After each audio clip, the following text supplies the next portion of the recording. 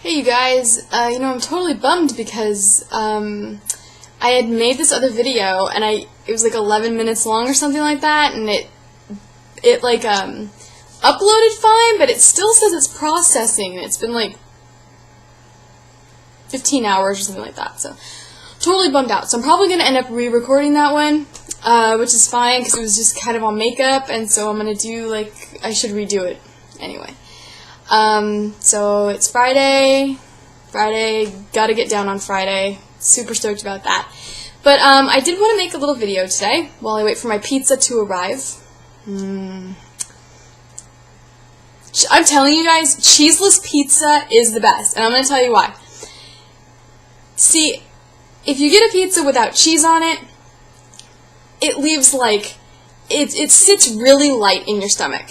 Okay, the cheese does not make you feel all gnarly and gross, which allows you to eat twice as much food without really taking up any more room in your stomach than one helping.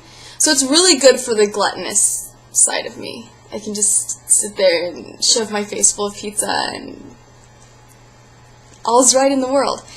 Anyway, I wanted to make a video because I got my first subject request. And it has to do with basic nutrition and veganism, which everyone has heard the myths associated with people going vegan. And one of the myths, I think the top three, well, the top two are definitely protein and calcium.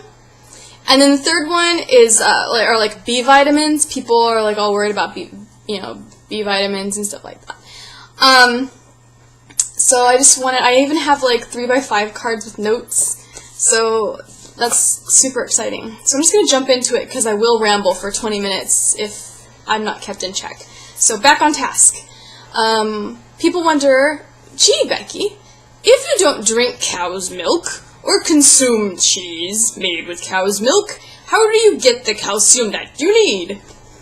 This is very simple. Scientifically speaking, our bodies don't need cow's milk any more than they need dog's milk, pig's milk, goat's milk, rat's milk, rabbit's milk. We don't need it. Like all mammals, the only milk we need was given to us by our moms, and we don't need it past weaning. We're not some fantastic animal that way. We're just like everyone else. Cow's milk should go to baby cows. Okay? But, anyway, there are lots of foods that are rich in calcium, have good amounts of calcium in them. I just wrote down 4. Celery. Celery is great. It is packed full of calcium.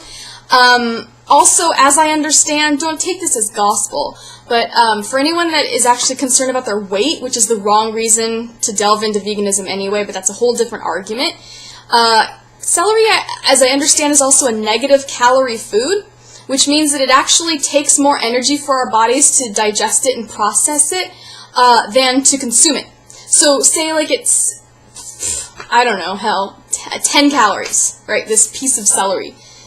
You eat it, you're ingesting 10 calories, and then your body burns off 15 calories processing it. I guess that's the basic idea. If I'm wrong, please correct me. Otherwise, it sounds pretty legit. So celery is good for calcium. Another good source of calcium is spinach. Leafy greens. Leafy greens are great. And also a leafy green is kale. Kale has a good amount of calcium as well. And these spinach and kale, great to add to sandwiches, perfect in salads, wonderful. Then we have soybeans, which are fantastic and high in everything. And don't buy into the soybean scare. You're not gonna get boobs if you're a dude. You're not gonna turn into a big soybean if you consume too much tofu and stuff like that. That's just a scare. Don't worry. Soybeans are great. Everything in moderation. If you eat nothing but soybeans, then you have other health issues that go beyond whatever. So anyway. Alright, number 2, protein. Gee, Becky, if you don't eat any meat, how do you get any protein? Simple. The same place that the cows and the chickens and the piggies get their protein, which is plants. And there are a lot of plants that are high in protein. I'll give you just a couple of examples. Like beans. Beans are packed full of protein. So delicious. Eat a serving of beans and you're like set. It's simple. There's protein in every freaking thing. No joke. Quinoa, which is spelled Quinoa, which I believe is a grain in the grain family. It's like a protein superfood. Perfect. You can add it to pasta. You can add it to like your mock meats, which would give you more protein than you need anyway. Wonderful.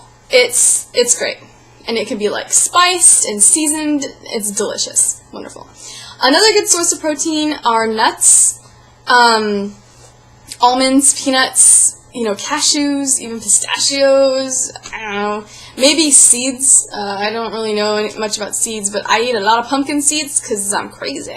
And, all nuts pretty much have an amount of protein in them. They're good. Delicious. And broccoli. Broccoli's pretty cool with protein. If you don't like broccoli, there's like a ton of vegetables. Vegetables have a lot of protein in them as well. There's a source that says, which I can't cite because I don't know it, I heard it, that we should really only have 2.5% to 10% of our calories that we intake from protein. Only that much should be taken from protein. And veggies surpass all of that. So, eat your 5 a day, 8 a day, 20 a day or whatever, and you should be set. Honestly, to be protein deficient, you pretty much have to be calorie deficient, and I think I'm quoting Sunny. I think Sunny said that. I'll link her in the down bar. But, if you're not getting enough food, period, then you may not be getting enough protein. But realistically, if you're, if you're getting all the nutrients you need, if you're eating correctly and eating as much as you should, really, protein deficiency is not really a concern. And it's so rare to see someone these days anyway with a protein deficiency, and half the people wouldn't even recognize the symptoms of a protein deficiency because it's so rare. Okay, I'm coming up on 7.5 minutes. I gotta roll. Alright, my third, B vitamins, which are essential for stuff in our body. I don't really know specifically. I think they have to do with like cells and metabolism, and I know that like B12 and stuff have to do with brain things, and so a lot of people are concerned. They go, when I go vegan, where am I going to get my B12? Because I'm not quite sure if there is a plant source of B12.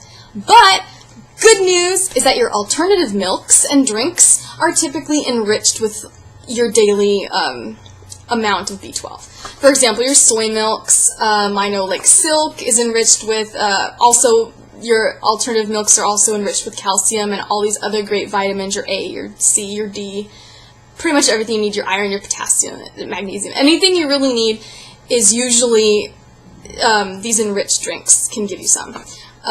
So my source of B12 is pretty much just the soy milk that I drink. I love it, and it gives me plenty of what I need, so that's fantastic. And that pretty much covers it.